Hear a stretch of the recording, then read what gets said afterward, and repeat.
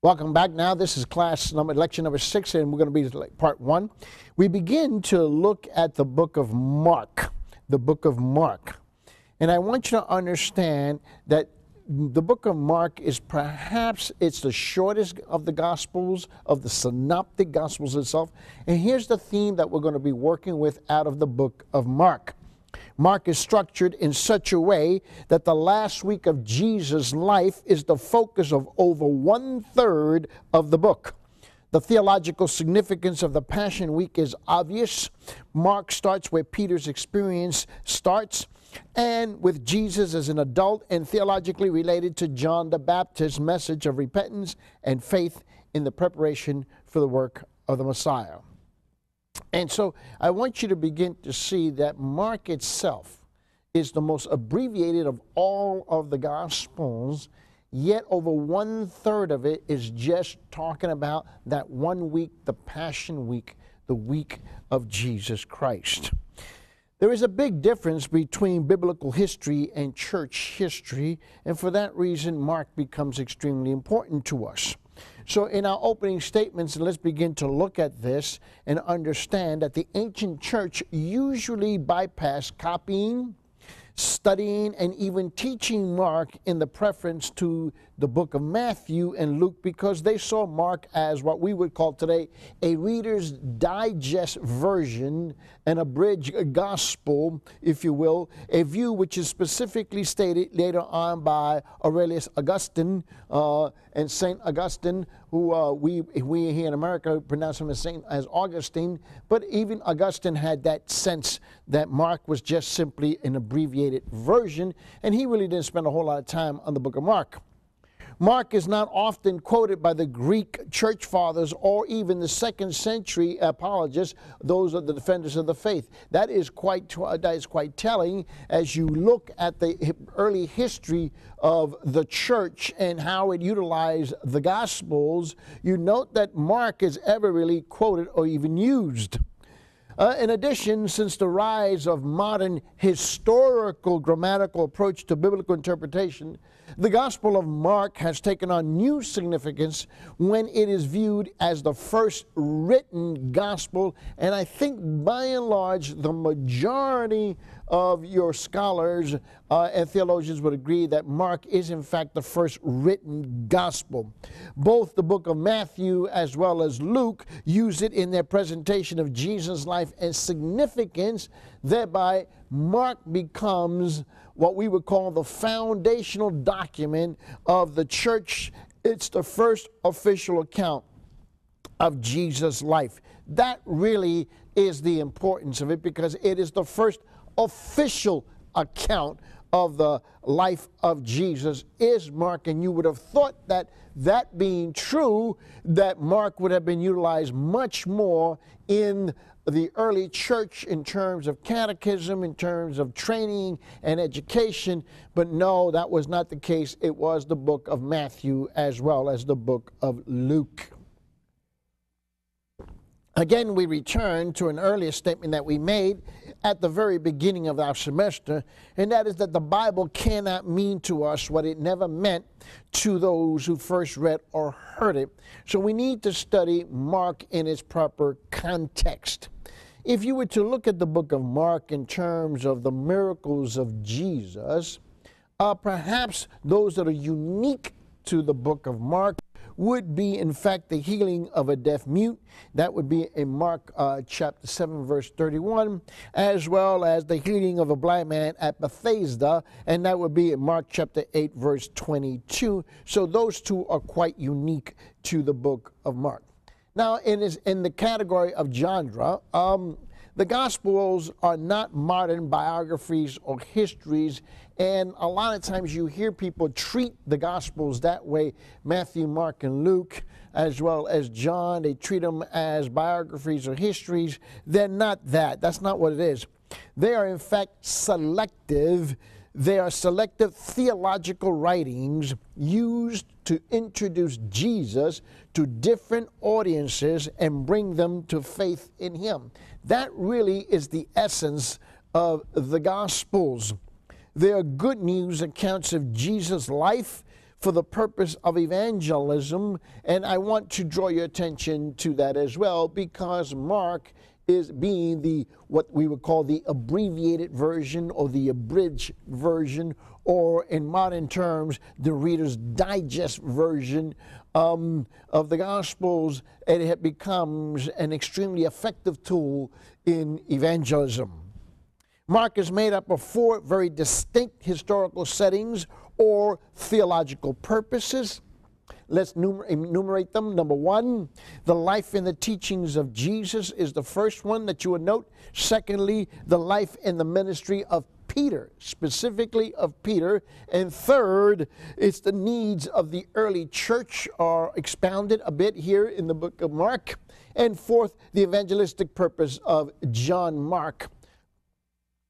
The Gospels are unique in their Near Eastern and Greco-Roman literature. The inspired authors had the Spirit-led task of selecting from Jesus' teachings and actions those that clearly revealed his character or purpose. Let me, as a side note, to reiterate this issue. That is that each of the writers of the Gospels, and now we're into Mark, had the freedom to select those areas that they were going to highlight and which would become the salient points of their particular gospel in the presentation of who Jesus is. So you need to understand they had that freedom to do that. They arranged these words and the actions of Jesus in different ways. One example would be in comparing Matthew's Sermon on the Mount. That would be Matthew chapter 6, 5, 6, and 7, with Luke's Sermon on the Plain. It becomes obvious that Matthew tended to collect all of Jesus' teachings into one very long sermon, while Luke spreads these same teachings throughout his gospel. So when we read the book of Matthew, as an example, we see him sitting there, you know, if you will. I've actually heard a preacher say this one time. He actually said this one time on the radio. I'm trying to remember which radio station it was that I was listening to, and he said Jesus spent 3 days on the Sermon on the Mount preaching. And he preached one day Matthew 5, one day he preached Matthew 6, another day he preached Matthew 7, and it was all in one sitting that he did all of this. And he couldn't seem to justify, and he was unable to clarify or even provide any evidence of that.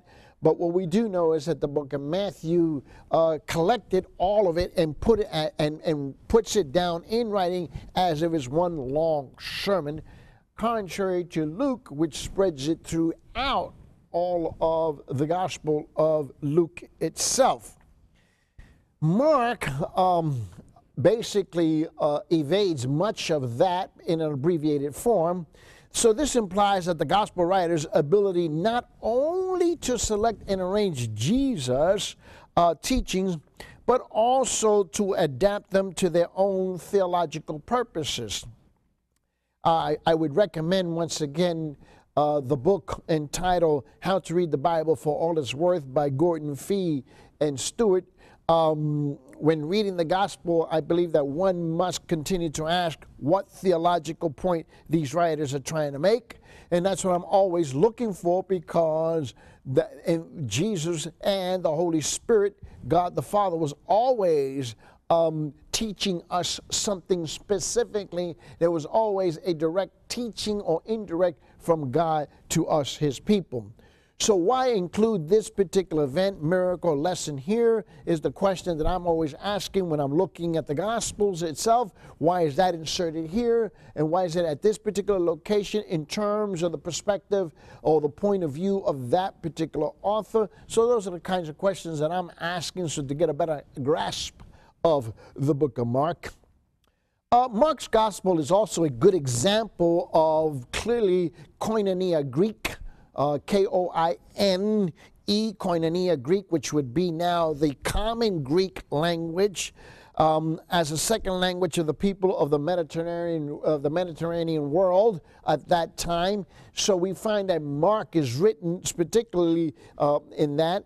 And Mark's mother tongue was Aramaic, as was Jesus and as all the Jews in the first century Palestinian. Their tongue was Aramaic. We would think of it in the modern era today as being Yiddish, Hebrew, but no, it was Aramaic, and that's basically where most of the teaching is given to us there. And so thus it gets translated into Greek, because that was the second language, or the strongest language and the widest language in terms of commercial and education and doing business on a day-to-day basis. This Semitic flavor, if you will, is characteristic of Mark's gospel, particularly of his gospel. You need to understand that. It is, in fact, it's very characteristic, and I'll tell you why. If you were to take, just quickly, just write these down. Mark chapter 3, verse 17, particularly, is in Aramaic. Mark chapter 5, verse 14 is also in Aramaic. Mark chapter 7:11 is in Aramaic. Mark 7:14 as well is in Aramaic. Mark 10:46, Mark 14:36, Mark 15:22, Mark 15:34, or particularly in Aramaic. You will also note that the Latin language also infiltrates into the book of Mark, specifically Mark 5:9, Mark 6:27, Mark 12:15, Mark 12:42, Mark 15:16, and Mark 15:39. So you would see that the book of Mark presents some challenges to us, particularly when we get into the translation of it, because there is so much Aramaic that's woven into the text itself, along with Latin and Greek. And if you know anything about translation, not everything gets translated over smoothly, particularly when we're talking about translating concepts. There is a tendency to do transliterations or literal translations. The problem with that is that it usually miscommunicates the original intent and the concept of the author. So Mark undergoes a major translation from the Aramaic and the Latin into the Greek, and so it becomes the first major work about the Passion Week, or over 1/3 of it clearly about the ministry of Jesus Christ during that Passion Week. In terms of authorship, John Mark has traditionally been identified with the Apostle Peter in writing this particular gospel. The work, like all of the gospels, is anonymous, and you recall that we had talked about that in some of our previous classes this semester already. Another evidence of Peter's eyewitness account is the fact that Mark himself does not record these three special events in which Peter was personally involved. Mark doesn't recall, or does not record it, and yet Peter is the one who's doing the dictation, if you will. He is the author, but by and large, Mark is the amanuensis. He is the secretary. He's the one who's writing now. So he is credited as the one who's writing it. Had it been Peter, it would seem to me that Peter would have, in fact, related these three particular events. But we do know that Peter was heavily involved in it, but they're not recorded, so it leaves John Mark himself as the author. For example, when he was walking on water, number one, you remember that whole text in the book of Matthew. In the book of Matthew, in chapter 14, verses 28 to 33, Peter is personally involved there, but he's not recorded in the book of Mark. Number two, his being the spokesman at Caesarea Philippi, if you remember that. In Matthew chapter 16, verses 13 to 20. That's not recorded. In Mark only, you will find in Mark chapter 8, verses 27 and 30, and where it says on this rock and the keys of the kingdom passages, they're omitted there. It's not mentioned there whatsoever. It seems to me that if Peter had been the person who wrote this out physically, personally, he would have included those events as he was there. And then third, his procurement of the temple tax for himself and Jesus. If you remember in Matthew chapter 17, starting over there in verse 24 through 27, Jesus says, go into the river and pull out this coin, and so to pay the temple tax. It seems to me that if Peter had been the one who wrote out the book of Mark, he would have included that. Now let's talk a little bit about early church tradition. We're just kind of doing a synopsis of the book of Mark, so you get a handle and an idea of it. Early tradition in terms of providing kinds of evidence that we need with regard to the book of Mark. Number one, Papias, the bishop of Hierapolis, around more or less around the time period of the year of 130.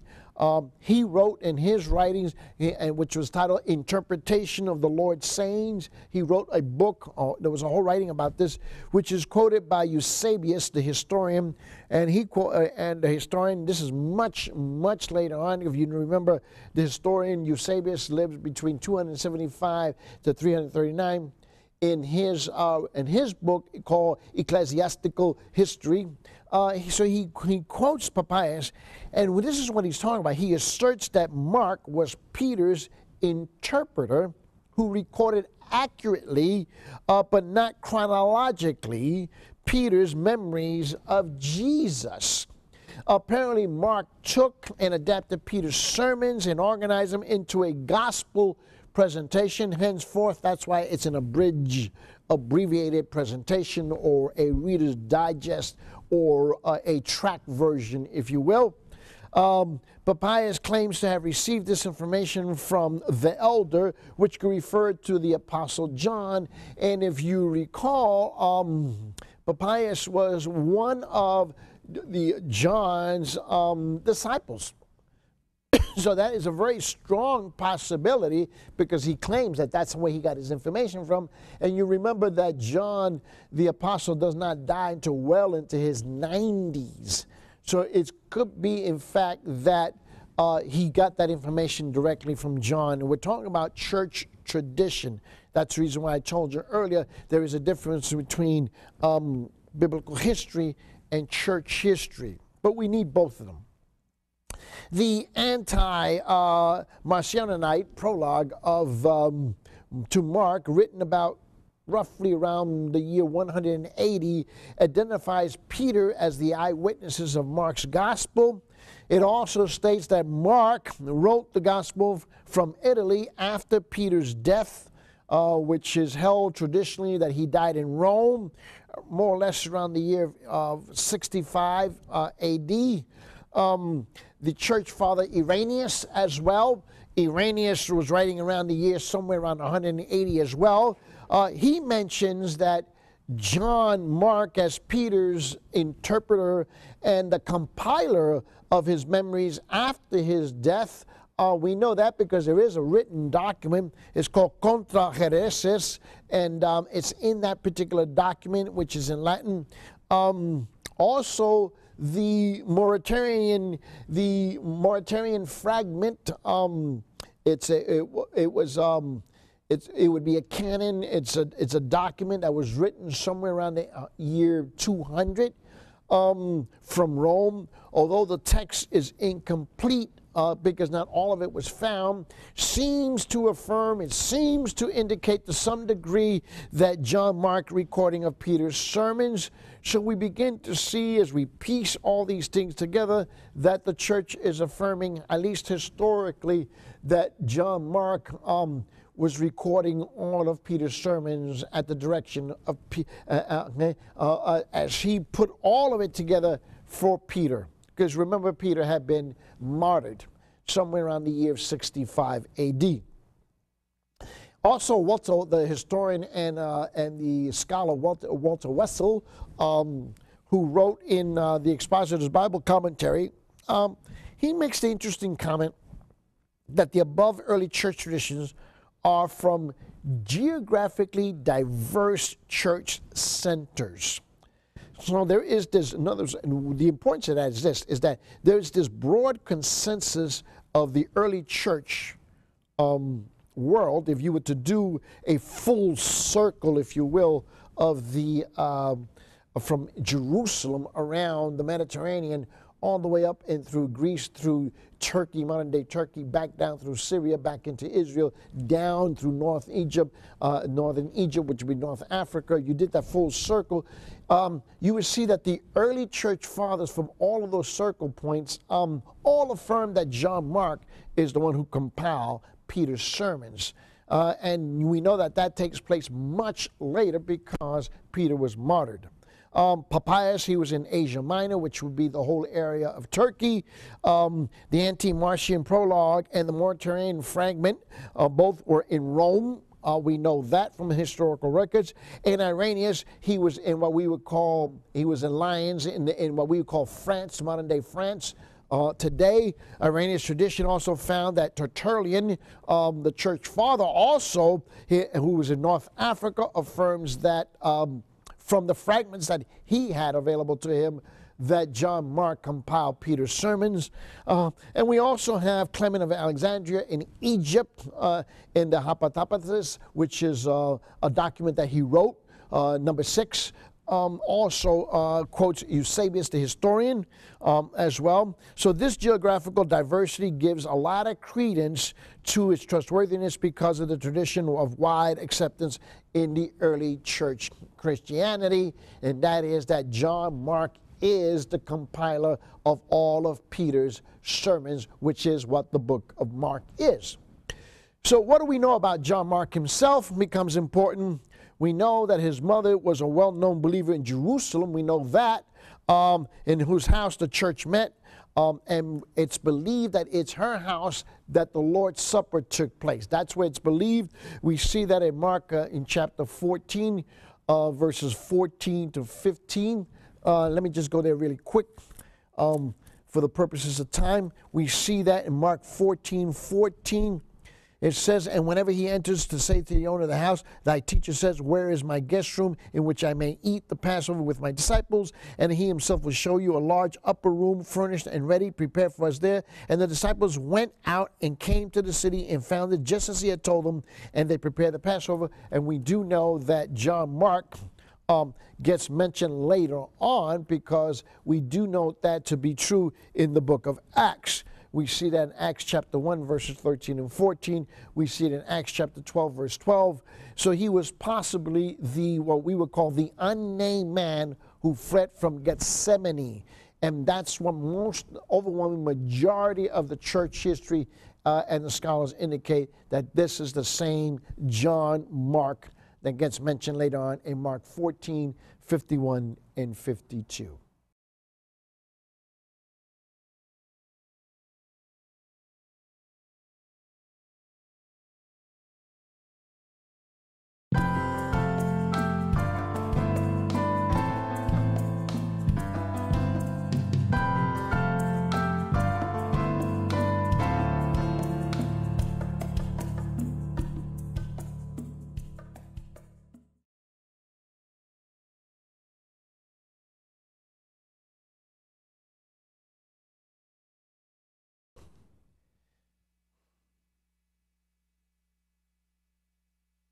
Welcome back to Lecture 6, Part 2. We left off at the end of our last lecture talking about who is John Mark. Why does that become important? Because today, in modern scholarship, there is a huge attack on the authorship of this particular book. Yet church history, from the very onset, affirms that it is John Mark who compiles Peter's writings. And so I want to just take some time to talk about who is John Mark. Well, we know that John Mark was not one of the apostles. He was not one of the disciples. We do know that. There seems to be this thought pattern today that only the disciples, only the apostles were the ones who authored any of the books that's found in the New Testament. That is not true. You need to understand that. We know that John Mark was not an apostle. We also know that Luke was not either. So I don't seem to understand why much more of an attack is on John Mark as opposed to Luke, which is almost non-existent. So I want to just draw your attention to who this is, because it does count. It does speak to the veracity of the book of Mark. If you undercut who put it together, then you undercut the entire gospel. Okay? And once you undercut the entire gospel of Mark, now you have a problem, because Matthew and Luke, okay, depended so heavily on Mark at the very outset. So now we've eliminated the synoptic gospels. And if then once you eliminate the synoptic gospels, then you run into a problem, okay, and that the gospel of John cannot stand on its own, according to the very same people who attacked John Mark. And so now we've eliminated all four gospels. So then if that is true, once you eliminate those gospels, now we have to get rid of Pentecost. We're going to have to get rid of Pentecost, because the book of Acts then becomes, by and large, at least half of it gets eliminated, because if you were to take the book of Acts and divide it, it would be Peter and Paul and their ministry primarily. So now we're left with, with all kinds of holes in the presentation of the canonization of the New Testament. So what do we know about John Mark? And you go, well, Brother Eddie, that's not all that important. It is, because we're seeing these attacks not only from the academic circles, not only from the circles of scholars, and not only from the circles of theologians, but now we're beginning to see this inside of various movements in the churches, because now this is what they use also to then eliminate almost the entire chapter 16 of the book of Mark as well. So these attacks are relentless simply because they've not taken the time to study out the evidence that gets put together. In fact, there's much more evidence. Let me tell you this. Let's be very clear about this. There is much more evidence with regard to John Mark being the compiler of Peter's sermons than there is to say that he was not. In fact, you have to have more faith that he is not the one, because of so little evidence that's provided to that, and neither do they present an alternative as to who could have written it, as opposed to John Mark being the person. So when we look at this, you see what I'm trying to see is to get you to see there's a bigger picture. Anytime you think of these arguments being minutiae, small, insignificant, no, they're not, because they're usually leading to something bigger. There is a logic to how these attacks go. So once again, we asked the question, so who is John Mark? And if you remember, I told you his mother was the well-known believer in Jerusalem, and in whose house the church met. And it is believed, at least many scholars believed, particularly when you get to the book of Acts chapter 1, that in fact it was his mother's house where the Last Supper was held. We know because in Mark chapter 14, it says in verse 14 and 15, and I believe I shared that in our last session with you, it says this in Mark chapter 14. In 14:14, it says, and wherever he enters, say to the owner of the house, teacher says, where is my guest room in which I may eat the Passover with my disciples?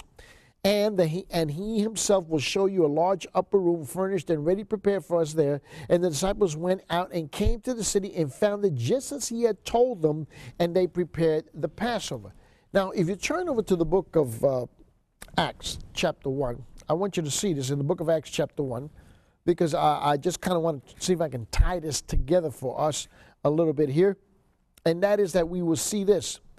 In Acts chapter 1, we see in verse 12 and 13. This is the upper room prayer meeting that's taking place. It says, then they entered into Jerusalem from the mount called Olive, where we have the Olivet Discourse, which is near Jerusalem, a Sabbath day journey away. When they had entered the city, they went up to the upper room where they were staying, and there is Peter and John and James and Andrew and Philip and Thomas and Bartholomew and Matthew, James the son of Alphaeus, and Simon the Zealot, and Judas the son of James. These all with one mind were continually devoting themselves to prayer, along with the women and Mary and the mother of Jesus and with his brothers.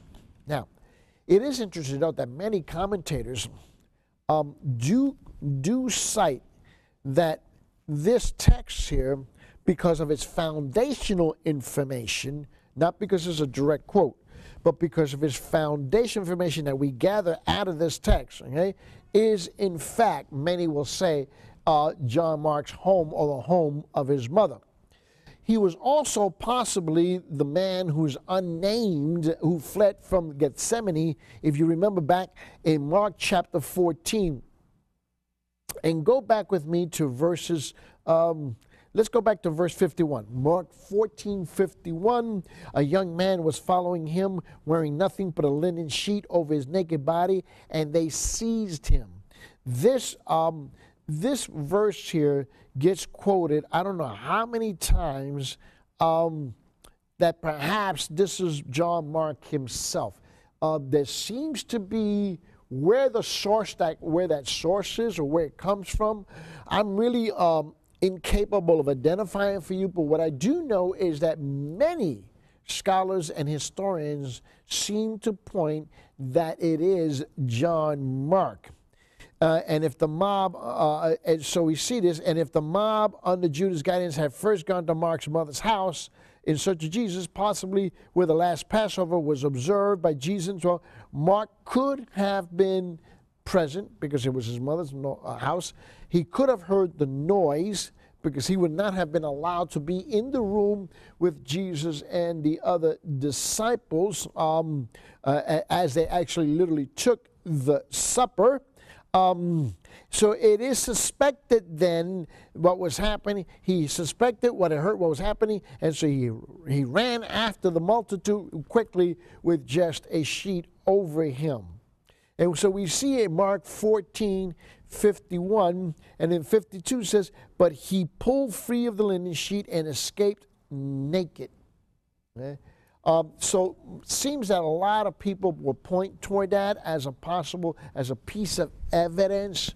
We have a lot of circumstantial evidence pointing toward John Mark. Also, he accompanied his uncle Barnabas. You remember Paul and Barnabas had a spat, a small little argument over this issue. In fact, you go to Colossians, in Colossians chapter 4, if I'm correct, in Colossians chapter 4, note what it says here in verse 10. It says, Aristarchus, my fellow prisoner, sends you his greetings, and also Barnabas' cousin Mark, about whom you receive instructions. If he comes to you, welcome him. So we know that Aristarchus was also a nephew of Barnabas, and it says that this was his cousin, and it mentions Mark here, and Paul, and you remember that and back when they went back to Antioch from Jerusalem, if you remember that, in Acts chapter 12, we see that as well. In verse at the end of that chapter, let's see, verse 25, and Barnabas and Saul returned from Jerusalem where they had fulfilled their mission, taking along with them John, who was also called Mark, John Mark. He was a companion of Barnabas and Paul on their first missionary journey. We see that because in Acts 13:5, it says this, and when they reached Salamis, they began to proclaim the word of God in the synagogues of the Jews, and they also had John as their helper, John Mark. We also know that he had to return suddenly home because later on, in fact, in the same chapter, in verse 13, in Acts 13:13 says, and now Paul and his companions put out to sea from Paphos and came to Perga and Pamphylia, but John Mark left them and returned to Jerusalem. We know that. We know at least that much information. So whatever the reason, we don't know what the reason. There's been a lot of speculation. We don't know really why John Mark left. There is all kinds of speculation, which I'm not going to get into. Later on, Barnabas wanted to take Mark on the second missionary journey, but you remember this caused an incredible and a horrendous disagreement between Barnabas and Paul. If you recall, they got into this argument. Look in Acts chapter 15 and go toward the end of that chapter and look at verse 37 here. Actually, let's start in verse 36. After some days, Paul said to Barnabas, let us return and visit the brethren in every city in which we proclaim the word of the Lord and see how they're going, how they are, so how they're doing. In verse 37, Barnabas wanted to take John, called Mark, along with them. But Paul kept insisting that they should not take him along, who had deserted them in Pamphylia and had not gone with them to the work. And there occurred such a sharp disagreement that they separated from one another, and Barnabas took Mark with him and sailed away to Cyprus. But Paul chose Silas and left, being committed by the brethren to the grace of our Lord. And he was traveling through Syria and Cilicia and Cilicia, strengthening the churches. So there was this, again, we don't know why John Mark left them in Acts 13:13. We don't know that why. There's all kinds of speculation. But we do know that when Barnabas told Paul that he'd like to go take him with him again to the second missionary journey, Paul said, no way. And they got into an argument, and they split over this issue. They actually split over this, but this was a temporary split. Because later on, John Mark becomes endearing to Paul. We know that, okay? We know that because he was later reunited with Paul and became a friend and a co-worker. If you recall, we just read back there over there, and we read that just a little bit a while ago in Colossians 4. We read that over there in Colossians 4:10, where it says this, and Aristarchus, my fellow prisoner, sends you his greetings, and also Barnabas, his cousin Mark, about whom you receive instructions. If he comes to you, welcome him. So you see, he's got his arms open to him. This is one of, Aristarchus was one of Paul's companions, one of his guy who worked with him. And you remember that riot scene in Ephesus, okay, that he was there.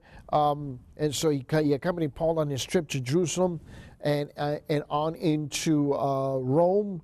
We know that later on because the scriptures tells us that very clearly. We see that in Acts chapter 27. And then in 2 Timothy 4:11, in 2 Timothy 4:11, we see here also where it says, only Luke is with me, pick up Mark, this is talking about John Mark, and bring him with you, for he is useful to me for service. So now you see where he makes this remark about John Mark again. So they obviously, whatever the differences they had between them, whatever disagreement that was caused by Mark's abandoning them or leaving them for whatever reason, we don't know why, it was made up, and they would now have have forgiven each other and moved on. And we also see it in Philemon in verse 24 as well. We know that John Mark was also a companion and a co-worker with Peter. We know that because in 1 Peter chapter 5, it tells us down there in the middle of that chapter, no, it's toward the end of that chapter. In 1 Peter chapter 5, it's at the end. It says in verse 13, it says this, she who is in Babylon, chosen together with you, sends you greetings, okay? And it says this, and so does my son Mark. Talking about John Mark, all right? Okay? He was the spiritual son of Peter. So he had come under the tutelage of Peter. And can you imagine being John Mark? And he has the privilege of working directly under Peter and Paul. That's just incredible, absolutely incredible. We know that. And we know that it is very strongly that and it's believed, not only is it implied, but at least in early church history, that he was in Rome with Peter. First Clemens wrote from Rome back in somewhere in the period of AD 95. He alludes to Mark, as does in his writings called The Shepherds of Hermes. He alludes to Mark in his writings.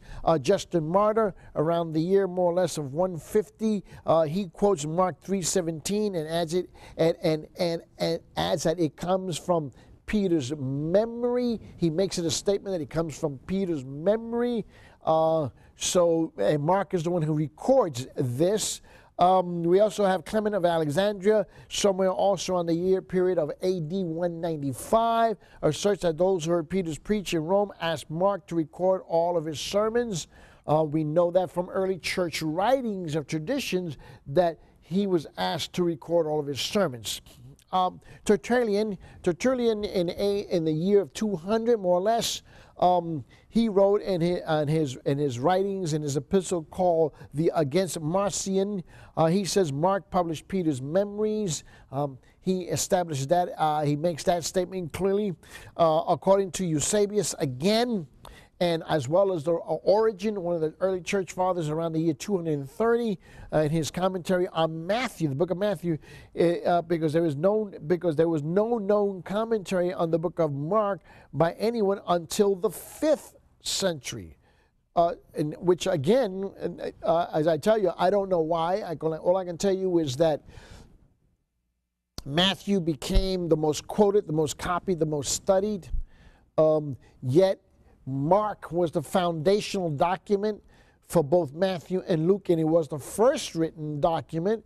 So I can't tell you why Mark did not have a commentary written on it until the 5th century, yet it was the anchor to Matthew and Luke.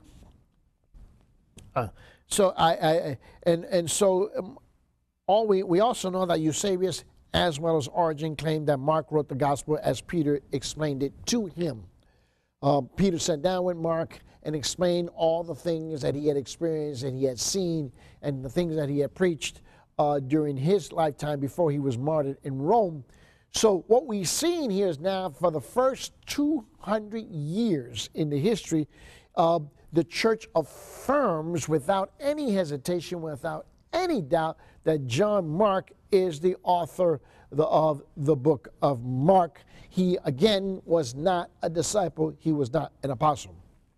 Mark's involvement seems confirmed also because we read earlier in Mark 14, 51 and 52, where man flees naked from the Garden of Gethsemane just after Jesus is arrested.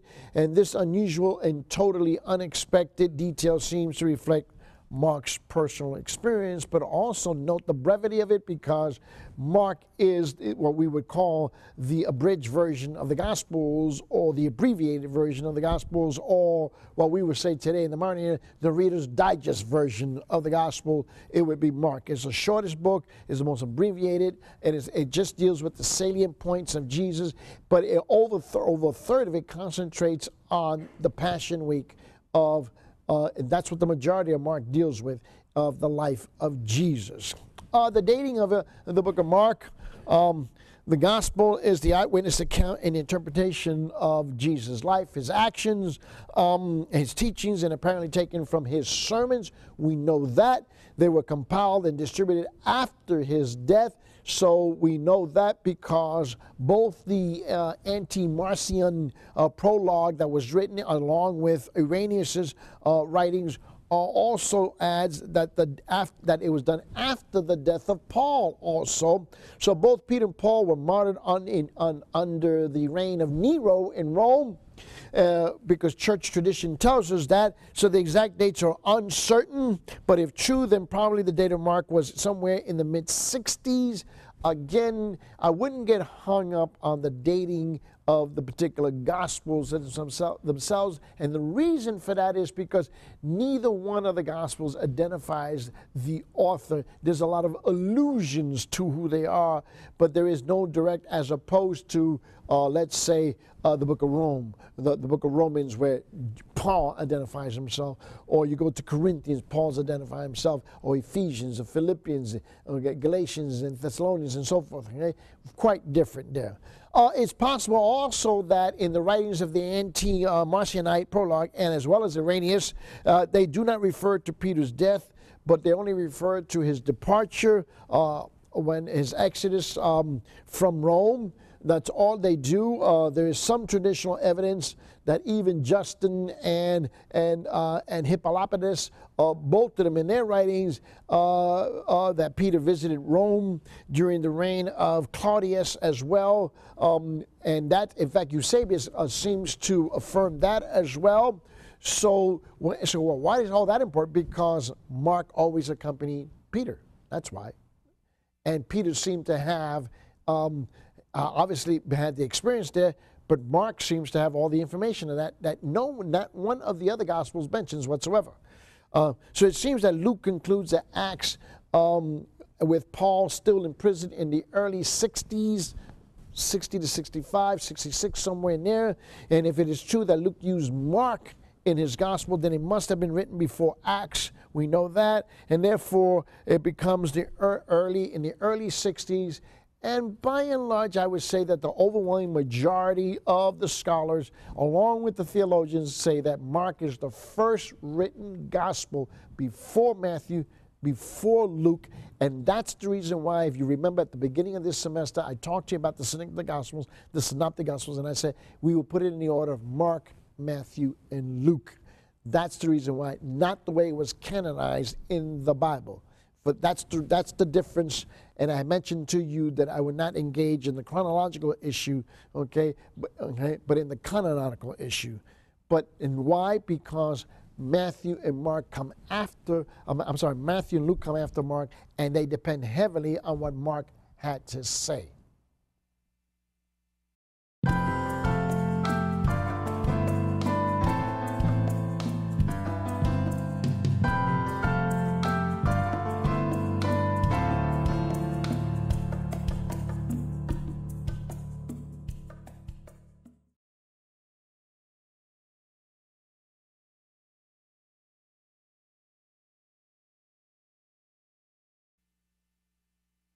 Welcome back. This is Lecture 6, Part 3, and I want to attempt to finish off this introduction with regard to the book of Mark before we begin to get into the details.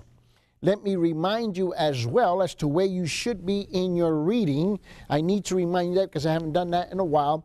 In Dr. Carson's book, you should be at pages 169 to 182 at the top of that. And then Dr. Benware's book, you should be at pages 98 all the way to 106. Please keep up with your reading. We have quite a number of questions in the exams, so you need to stay up with your reading.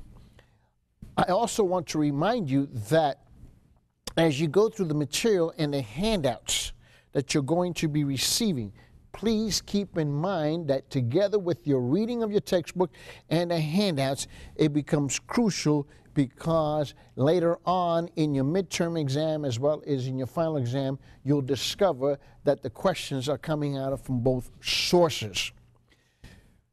In the book of Mark, as we have been having the discussion here, I want to look at who was intended to receive the book of Mark. Who were the recipients of the book of Mark? Well, first of all, Mark is connected to Rome by several early church writers. It is believed that the book of Mark was directed to the believers in Rome of their day. Right? We know that according to that because 1 Peter chapter 5:13 speaks to part of that issue in 1 Peter 5:13, just briefly there. And note what it says. It says here, she who is in Babylon chose him together with you, sends you greetings, and so does my son Mark.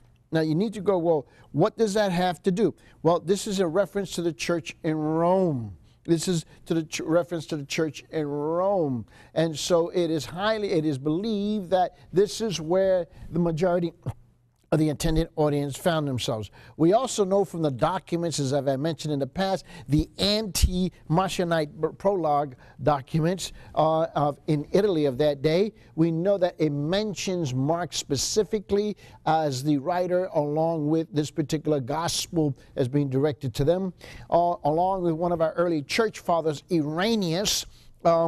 We know that according to his writings, that it is also mentioned, along with Clement of Alexandria, as well as Eusebius the historian, also mentioned that Mark is in fact the gospel attributed to Mark, but also directed to the people of Rome. In addition, Mark does not specifically state his purposes in writing the gospel, but there have been several theories. Now, you go, well, why do we take time to do that? Well, because it has impacted today many of the preachers as they approach the book of Mark. I'm always fascinated and always amazed how the postmodern church always seems to deem the past as antiquated and no longer relevant for us today. And it always turns out that it comes back to bite us, because there's always a historical precedence for the things that are taking place today. Let me remind you also that there is no such thing as, in my humble opinion, as original thought. We've all derived our thinking and our understanding of much of this world from and through other sources. And so much of the heresy that you see today, or much of the misunderstanding that you see today, or much of the theories that one gravitates toward today have had precedence in the past. We know that the book of Mark was an evangelistic tract. Why? As you recall, a number of classes ago, I mentioned to you, it is the shortest of all the Gospels. It's the abbreviated version of all the Gospels. It's the abridged version of all the Gospels. It's the Reader's Digest version of all the Gospels. And so it was much quicker to go through the life of Jesus and why he sacrificed himself for us, mankind. And so it became an evangelistic tract by which to share the gospel. And we know that to be true because in Mark 1, verse 1, it says, the beginning of the gospel of Jesus Christ, the Son of God. Immediately, we know what this gospel tract is about. And it was written specifically to the Romans, because in Mark chapter 1, verse 15, we also know that it says this to us. It says, and saying that the time is fulfilled and the kingdom of God is at hand, repent and believe in the gospel. Now, there is no chronological time here that's being mentioned here, but what we do know that at that time, the people had interpreted it to be the time of the church. We also make references of that understanding in Mark chapter 10 as well. Later on, we see this in Mark chapter 10. And let's go there just briefly there in verse 45. It tells us this. It says, for even the Son of Man did not come to be served, but to serve and to whom he give his life a ransom for many. And we see this here, this whole concept of ransom is in fact plays itself out heavily and is intricately interwoven into the Roman society.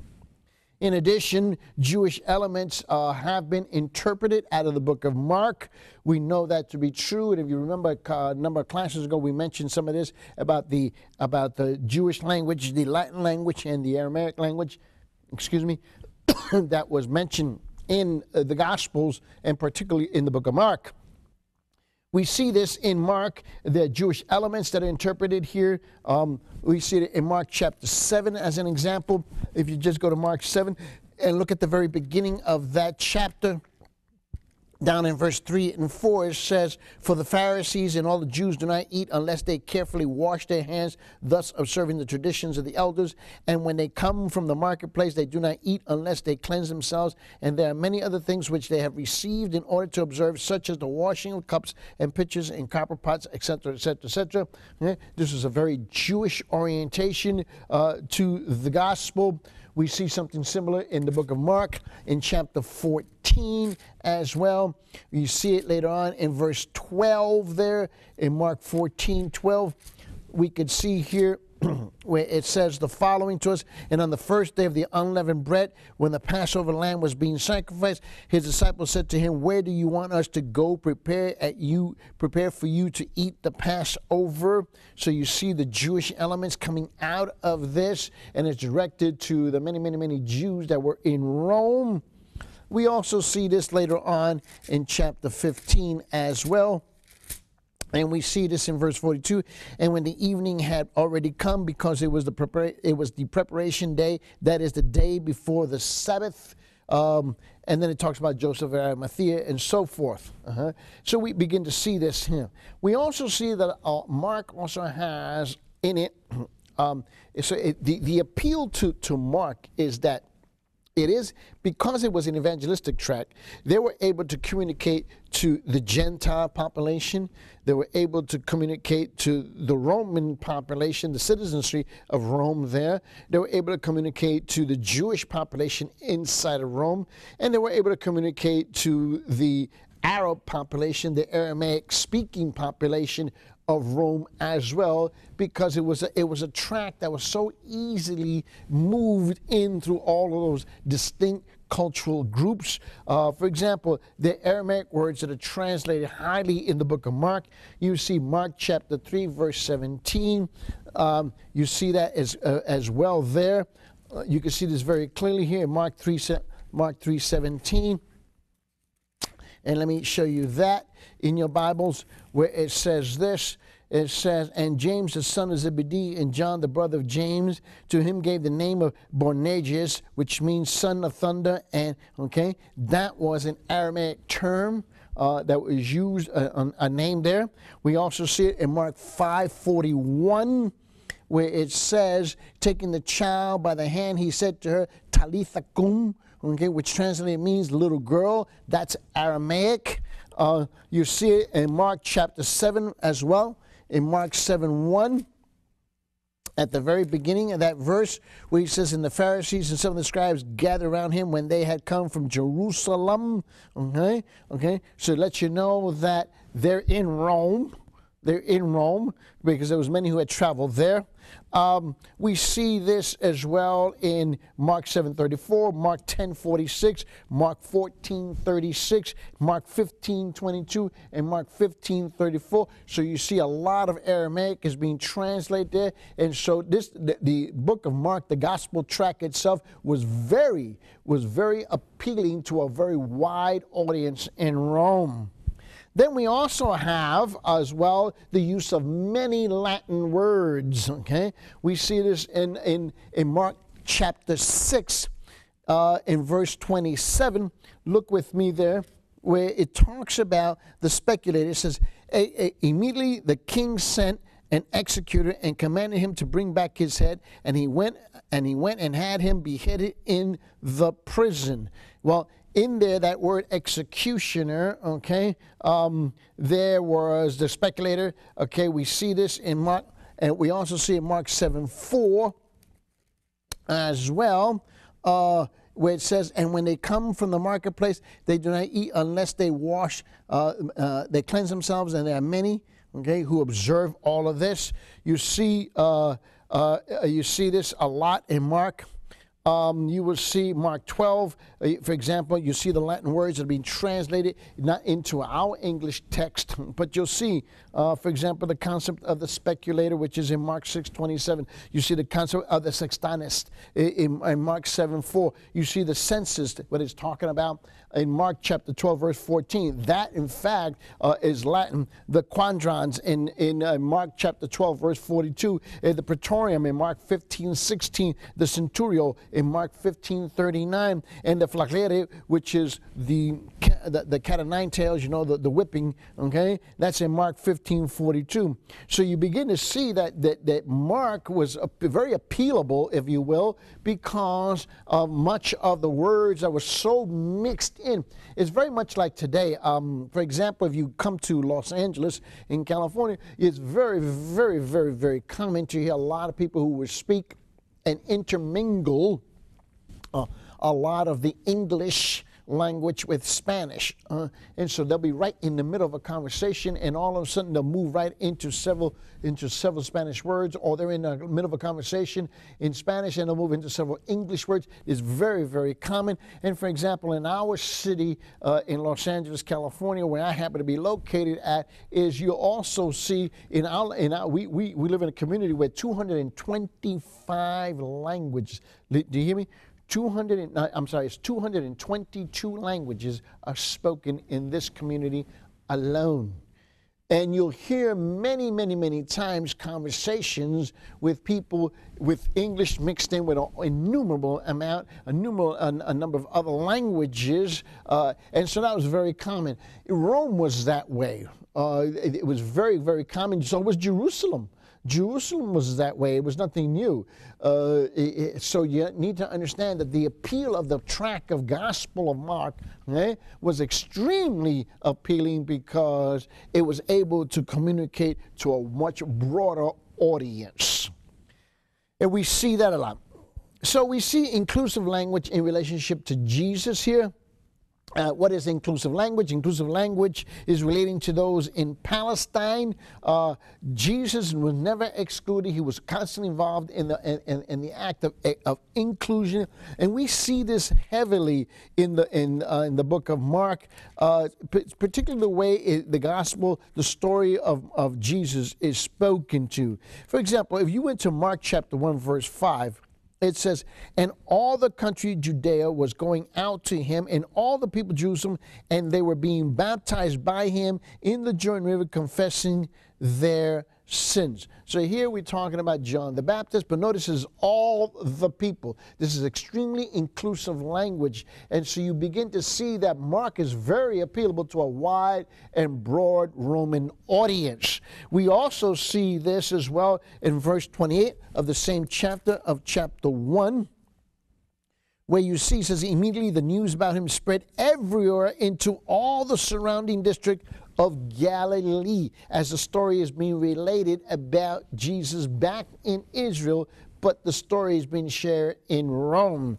We see this in verse 33, where he says, and the whole city had gathered at the door. We see this in verse 39. And when he went into the synagogues throughout all Galilee, preaching and casting out the demons. We see this in Mark 2:13, where he says, and he went out again by the seashore, and all the people were coming to him, and he was teaching them. We see this as well in Mark 4:1 as well, where it says this, he began to teach again by the sea, and such a very large crowd gathered to him. He got into the boat in the sea and sat down, and the whole crowd was by the sea on the land. We see this in Mark 6:33 as well, where it says this, and the people saw them going, and many recognized them and ran together on foot from all the cities and got there ahead of them. We see this in verse 39 as well, where it says, and he commanded them all to sit down by the groups on the green grass. We see this in verse 41, where he says, and he took the 5 loaves and the 2 fish, and looking up toward heaven, he blessed the food and broke the loaves, and he kept giving them to the disciples to set before them, and he divided up the 2 fish among them all. Notice all the inclusive language here. We see this in verse 55 as well, and he says, where he says this, and ran about the whole country and began to carry here and there on their pallets those who were sick to the place that they heard he was. So the importance of Mark is that Mark's appeal was to a very broad audience, specifically Romans, but within that audience, it was a multicultural, multi-language audience. And so Mark has a strong, strong appeal because of all of its inclusive language.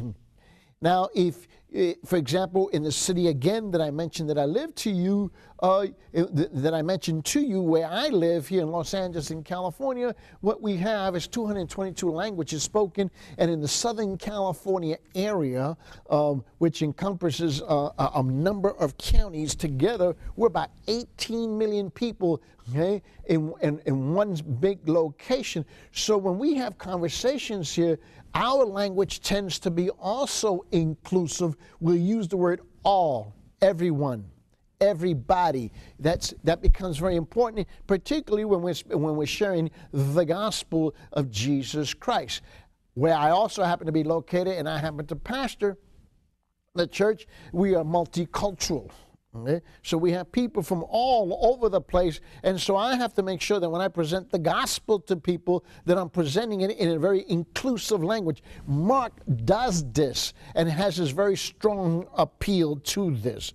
In addition, the inclusive language relating to all people. That's really crucial because you never find Jesus talking about a specific group being eliminated simply because of their ethnicity.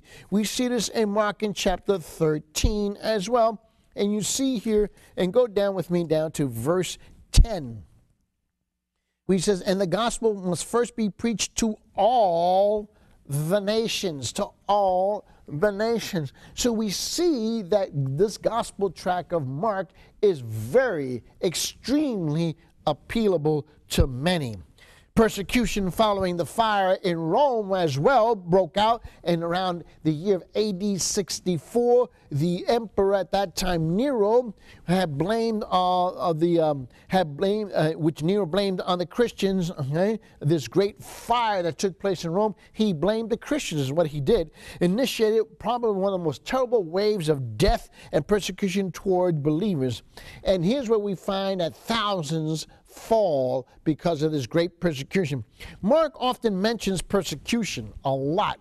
Mark, if you were to look at the Gospels, and you look at Mark, Matthew, and Luke, and you remember that we're doing in that order simply because it is believed that Mark is, in fact, the first gospel that was written before Matthew and Luke. And also, there's enough theologians who have stated, and they believe that much of what Matthew and Luke, okay, has a foundation, and that foundation comes from Mark, Mark's gospel.